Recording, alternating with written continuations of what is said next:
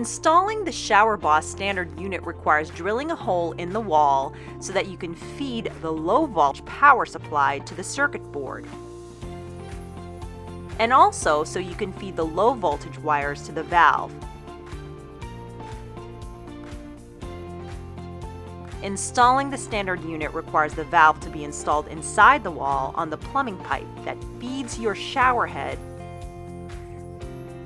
Installing your standard unit requires feeding the power supply wire through the hole in the wall that you did in step 1.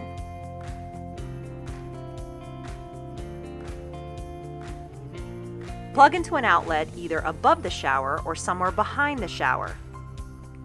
Snake 2 low voltage leads through the hole in the wall and attach them to the 2 connection points on the valve.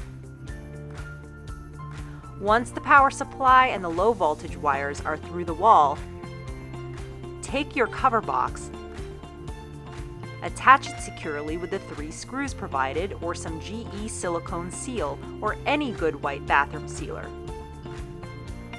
And then place the cover plugs over the screws.